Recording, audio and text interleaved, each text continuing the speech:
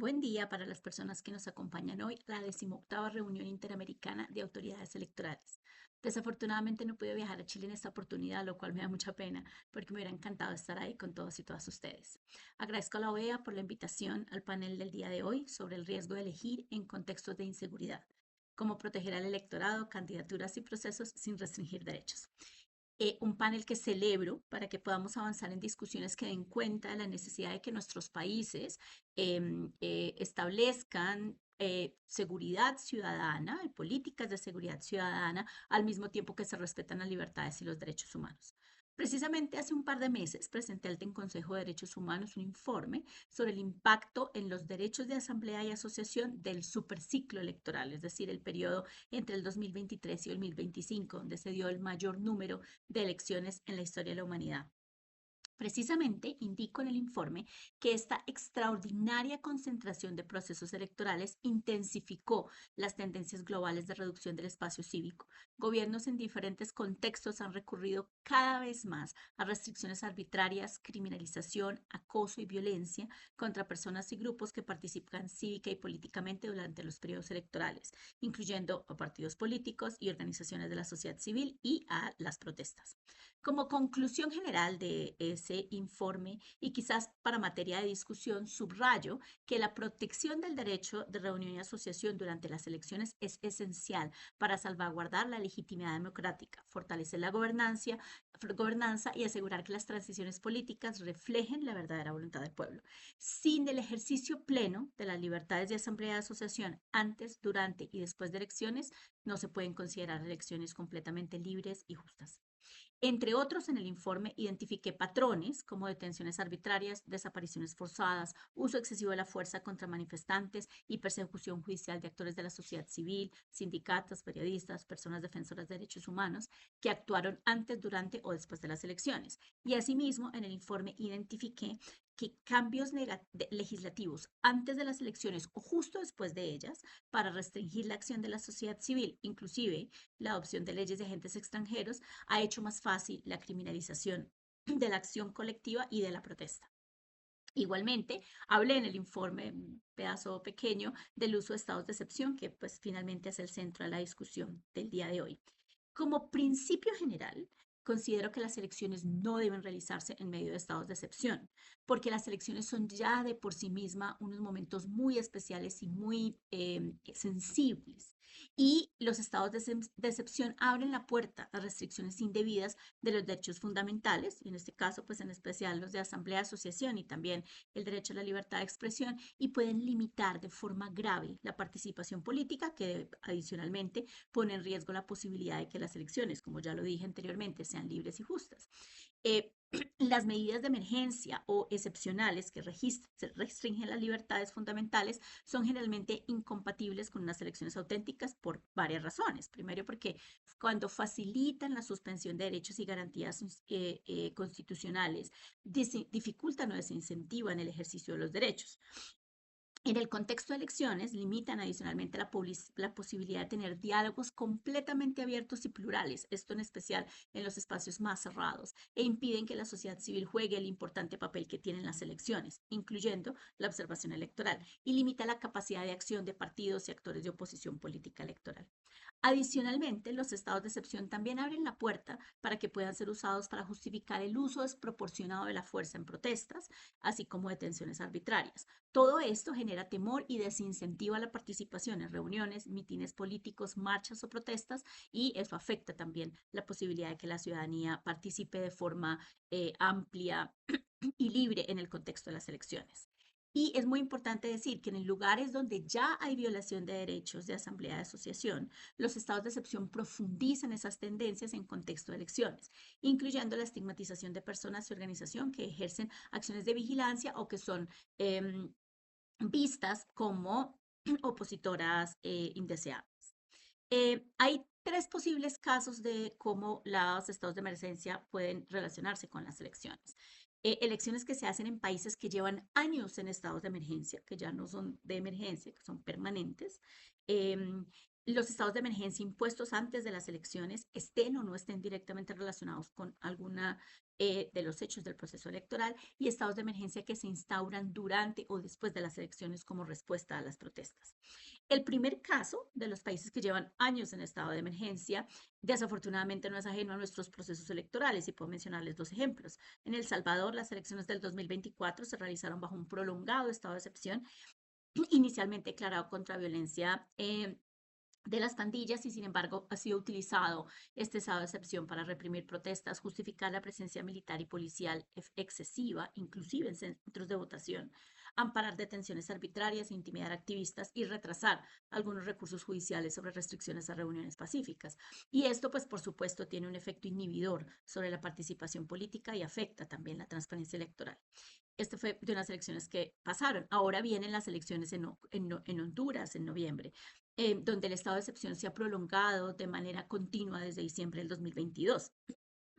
Aunque se presentó este estado de excepción como una medida temporal contra la criminalidad, en la práctica se ha traducido en la suspensión prolongada de derechos constitucionales y varios organismos de derechos humanos han documentado abusos graves, incluyendo detenciones arbitrarias, registros sin orden judicial, desapariciones forzadas y en algunos casos uso excesivo de la fuerza. Eh,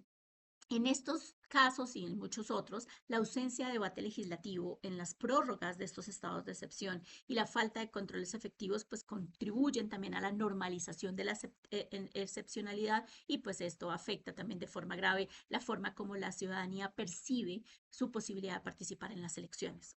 Y por otro lado, en cuanto a los estados de emergencia que se deciden como respuesta a protestas que se realizan en contextos de elecciones, y como caso general, puedo mencionar que es muy importante que la proclamación de un estado de excepción en el contexto de asambleas masivas, de reuniones masivas, incluyendo en aquellos casos en que las asambleas, las protestas hayan dejado de ser pacíficas, en todo o en parte debe considerarse como una medida de última instancia. Es decir, la proclamación del estado de excepción tiene que considerarse como una medida de última instancia y no como un fundamento o como una justificación de ser adoptadas porque ha habido violencias que tienen algunos incidentes violentos o que ya que tienen ha habido protestas que tienen algunos incidentes violentos aislados o que de reuniones y protestas que han sido declaradas como no pacíficas al final. Antes de la consideración de una declaratoria de estado de excepción, se deben agotar todas las acciones posibles, incluyendo el uso legítimo que está identificado en los estándares internacionales de las restricciones al derecho a la asamblea y a la protesta. También quisiera indicar que pues, es muy importante tener en cuenta que la declaración de estados de excepción o emergencia para atender una movilización o protesta se puede considerar como una decisión adicionalmente ineficaz, porque no solo no aborda adecuadamente el problema que pretendería resolver, sino porque por el contrario agrava la situación que intenta remediar y esto se vuelve después un círculo vicioso. Ahora, es un hecho que en el continente está enfrentando unos graves casos de criminalidad e inseguridad que sin duda deben ser atendidos por los gobiernos. Ahora bien, hay una tendencia a creer que la seguridad solo se logra a través de la declaración de estados excepcionales, incluyendo al Ecuador, que tiene la inusitada y equivocada declaratoria de conflicto armado interno. Pero en todo caso, es necesario no solo seguir con los estándares internacionales sobre, por ejemplo, la protección de los derechos humanos en el contexto de lucha contra el terrorismo, sino también otras muchas provisiones que tratan de poner sobre la mesa la necesidad de que la seguridad se logre siempre con el respeto a los derechos. En ese sentido, muchas de las legislaciones restrictivas a los derechos de asamblea y asociación que he mencionado al principio están siendo adoptadas en varios países del continente con definiciones vagas o equivocadas sobre terrorismo. Y algunas de estas legislaciones, sobre todo aquellas que se adoptan con el supuesto objetivo de garantizar la rendición de cuentas del sector social y fiscalizar a las ONGs y a las organizaciones de la sociedad civil, muchas veces se toman o se adoptan con la bandera de justificante de las recomendaciones del Grupo de Acción Financiera Internacional. Pero en realidad lo que están haciendo es un uso equivocado del GAF y sus recomendaciones, en especial la número 8. Un tema adicional que es muy relevante también para el ejercicio de la asamblea o reunión pacífica y asociaciones es el de la vigilancia. especialmente en contextos de estado de excepción. Tenemos en el mundo una epidemia de uso de cámaras y otros instrumentos digitales de vigilancia para perseguir, amedrentar y criminalizar a individuos o organizaciones que se consideran como sospechosos y en muchos casos opositores políticos. En el continente considero que el caso más grave y urgente de atender es el de Brasil, sobre todo con el uso tan indiscriminado de las tecnologías de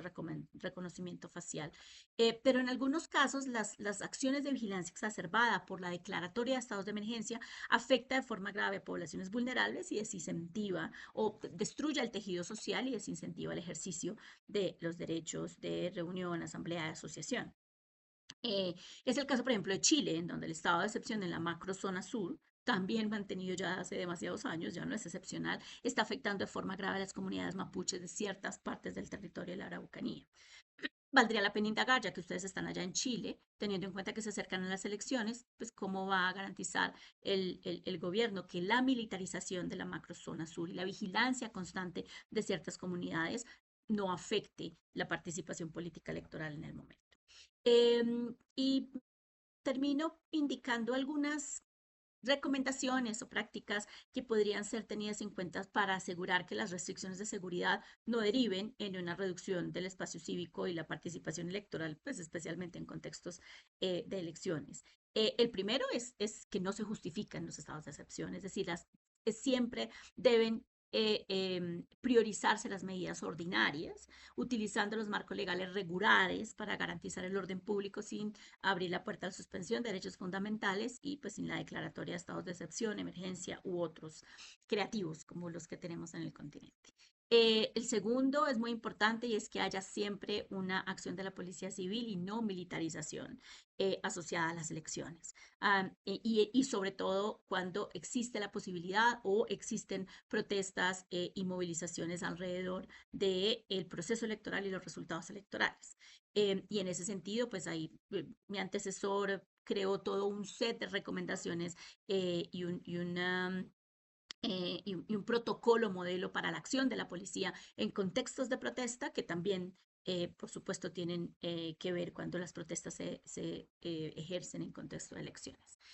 La otra es garantizar que cualquier medida de seguridad esté sujeta a control judicial y legislativo, con rendición de cuentas públicas y pues que haya transparencia y control democrático sobre la adopción de las medidas de seguridad, pero adicionalmente sobre la adopción y discusión de todas esas otras medidas restrictivas de los diferentes derechos que se toman con la excusa de garantizar seguridad. Otra es priorizar mecanismos de diálogo con actores sociales y políticos para anticipar conflictos, anticipar la resolución de esos conflictos y reducir la necesidad de medidas represivas. Muy importante también intentar que en los diferentes países se garanticen protección diferenciada a diferentes actores que pueden estar en riesgos. Asegurar que periodistas o trabajadores de medios de comunicación, defensores y defensores de derechos humanos, personas observadoras electorales, grupos de situación de vulnerabilidad y sus organizaciones y entidades tengan garantías especiales para ejercer sus funciones durante las elecciones. Y es muy importante, y esto tengo un capítulo entero en el informe que mencioné, es muy importante reconocer que la sociedad civil tiene un rol que jugar en las elecciones. En muchos casos se limita la acción de la sociedad civil diciendo que no deberían actuar en elecciones porque no son actores políticos. Y en realidad la sociedad civil tiene roles muy diversos que jugar, desde la observación misma electoral hasta, por ejemplo, el llamado a la participación, el entrenamiento técnico de las elecciones, por ejemplo, para primivotantes, la generación de discusiones públicas y la creación de agendas de discusión que puedan alimentar el debate público de las elecciones. Todo eso son roles que hace la sociedad civil y tiene que poder hacerlas en contexto de elecciones. Y la última, así como lo estaba mencionando con el tema del uso de las tecnologías, pues que las tecnologías se utilicen con garantías y si se utilizan herramientas tecnológicas, inclusive de vigilancia, con o sin inteligencia artificial, que yo sé que ese desarrollo está un poco dispar en el continente, pues todas deben estar reguladas y acompañadas de salvaguardas de privacidad, evitando la vigilancia masiva o discriminatoria y en todo caso evitando el efecto desincentivo del ejercicio de los derechos o lo que denominan el chilling effect. Agradezco la invitación del día de hoy, espero pues que tengan una discusión muy fructífera y estoy muy atenta a los resultados.